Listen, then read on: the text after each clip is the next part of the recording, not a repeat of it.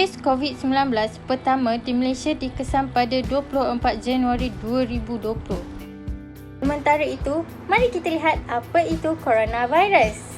Coronavirus ialah family virus yang menyebabkan pelbagai penyakit daripada selsema hingga ke penyakit lebih teruk seperti MERS-CoV dan SARS-CoV. Novel coronavirus atau COVID-19 pula merujuk kepada spesies baharu yang belum pernah ditemui manusia.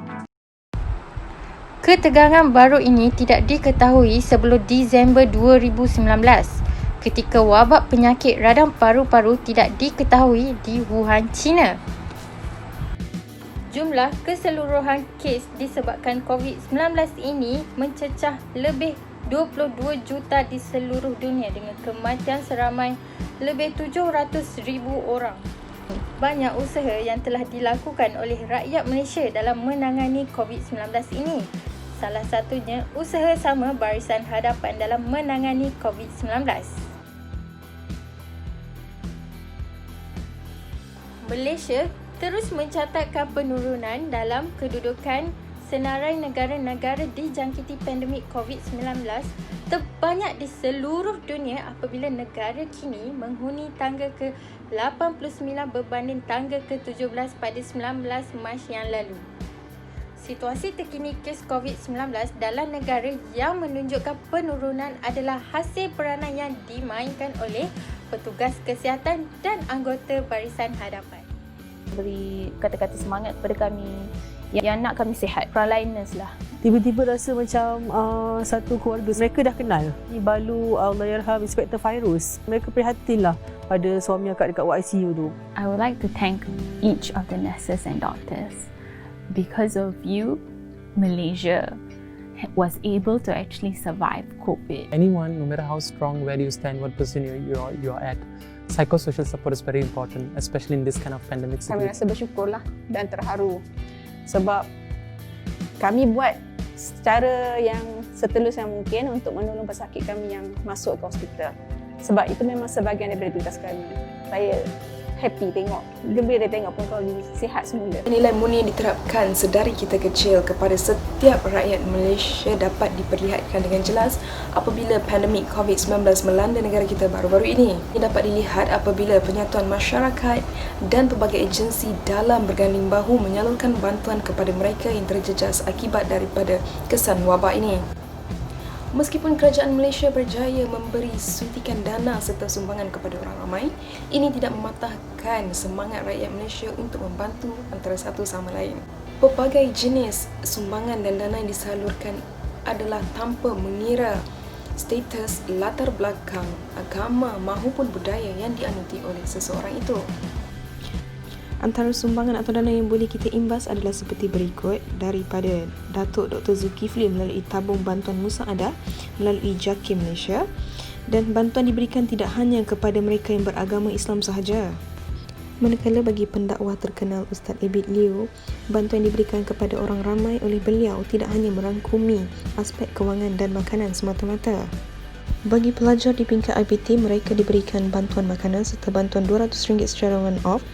Kemudiannya pelajar-pelajar ini turut dihantar pulang ke kampung halaman masing-masing. Kebajikan para gelandangan tidak dilupakan apabila mereka diberikan tempat tinggal sementara, makanan serta peluang pekerjaan untuk kehidupan mereka kelak. Akhir sekali, kebajikan haiwan jalanan serta haiwan di zoo tidak dilupakan apabila dana dikutip berjaya mencecah sehingga RM1 juta. Ini adalah hasil-hasil daripada bantuan seluruh rakyat Malaysia dan juga penyokong-penyokong projek Pelangi Rumah Pengasuh Warga Prihatin.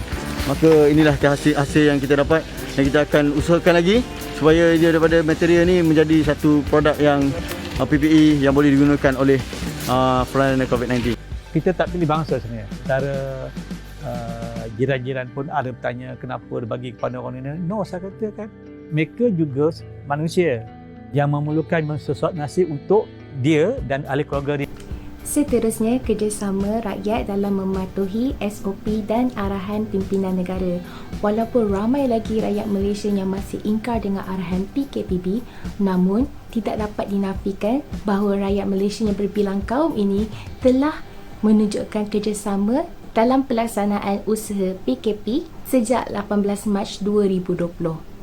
Beta berkeyakinan kejayaan akan dapat kita capai menerusi sifat prihatin sesama kita sebagai satu bangsa Malaysia yang bersatu padu dan didokong pula dengan semangat patriotisme yang tinggi. Itu yang bagus menjarakkan customer sesama customer. Mesti patuh sebab kalau kita patuh nanti selepas 2-3 minggu dia reduce. Tapi kalau you tak patuh nanti kita punya RMO ni sampai 1 bulan 2 bulan macam country lain pun dia boleh sampai. Saya ingin mengucapkan terima kasih kerana ramai yang patuh kepada arahan tersebut sehingga kan saya difahamkan ada yang meletakkan pelekat atau papan tanda di rumah kami tidak menerima tetamu dan sebagainya. Jadi ini berlaku di seluruh negara. Berikutnya, inisiatif hiburan atas talian dapat mengeratkan hubungan antara kaum di Malaysia. Antaranya, FNM telah menganjurkan pertemuan lepak mamak secara virtual yang menggabungkan dan menghubungkan seluruh rakyat Malaysia. Mari kita saksikan.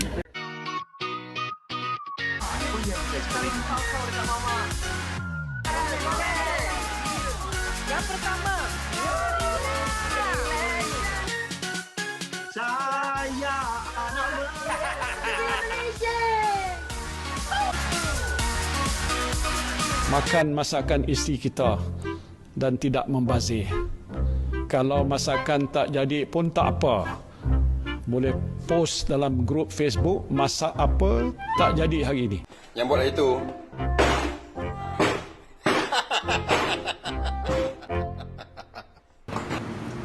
Baiklah, yang terakhir sekali, bagaimana pandemik COVID-19 dapat mengukuhkan dan mengeratkan hubungan etnik di Malaysia adalah dapat kita lihat menerusi usaha sama dan sokongan masyarakat dan para pembekal dalam mengeratkan jaringan perniagaan semenjak dari musim PKP sehinggalah kita kini berada di fasa PKPP demi mengukuhkan sektor ekonomi negara dan memulihkan kembali sektor tersebut.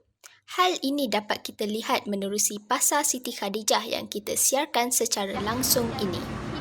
Di mana di sini dapat kita lihat para peniaga kini sedang bergiat aktif kembali dalam bermacam bentuk perniagaan mengikut SOP yang telah ditetapkan oleh kerajaan. Malahan, hubungan etnik yang dieratkan menerusi pandemik COVID-19 dalam sektor ekonomi ini juga jelas kelihatan apabila masyarakat giat menyokong produk-produk tempatan seperti sektor pelancongan. Seronoklah, alhamdulillah kita dapat kembali semula beriadah seperti biasa seperti sebelum PKP lagi. Pada hari ini kita sudah bermula beroperasi setelah sekian lama, hampir 3 bulan lebih kita tidak beroperasi sebab COVID-19. Bila kita buka pada hari ini, sekarang sudah hampir lebih daripada 200 orang yang datang untuk menaiki menara.